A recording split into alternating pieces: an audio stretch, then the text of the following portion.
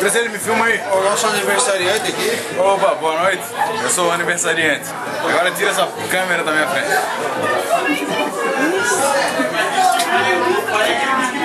Ô, Fernando. Oi? Acabou, tá? Já era. Magrinha ainda. Eles estão falando do pai, da mãe não. Mas o pai dele, então meu Ei, Gustavo Cavalma. Coisa mais gay. Quem diria que o Guilherme ia crescer, né? Ô, Matheus. Ele como o tempo passa, né, mano?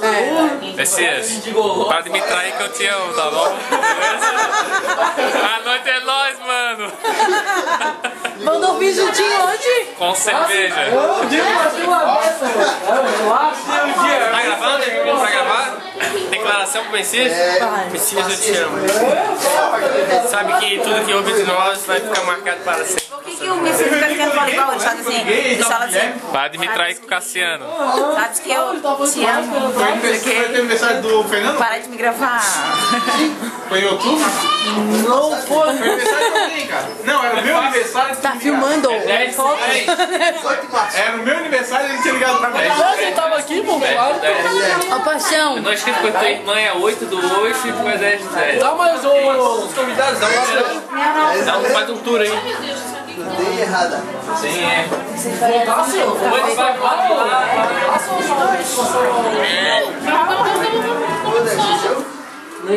Vocês filmaram? Fazer amanhã. Nada a ver, outro mundo não beijo. Amanhã que eu Ô, José, o que tá fazendo aí? esperando sair do banheiro. Na fila, Chico, na fila. Opa, desculpa aí, cara. tem que ser uma advogada, né? Só advogada. Não, não, é que nem pode. Tem a carteira? Quem é que tá no banheiro? Não sei. Filma direitinho, filma direitinho. Filma ali, filma ali. Fazer até passar, né? Eu levando que a gente fica lá na rua até altas horas. Ei, mas é que eu fiquei bonitão. É? Gostasse, né? Quantas horas eu não vou ter um dedo pra fazer isso, né? 25 minutos. Várias declarações de amor pra ti, quem Fizeram declarações de amor pra mim? Ficava nós Oi, Messias. Claro que é o Mendinho! Parabéns pra ti, então. Muita paz, Messias, muita paz, muita saúde, muito juízo. Juiz é importante. Dinheiro também.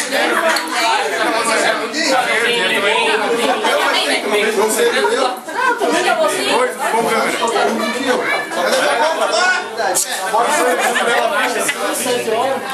Tchureca, filma tchureca.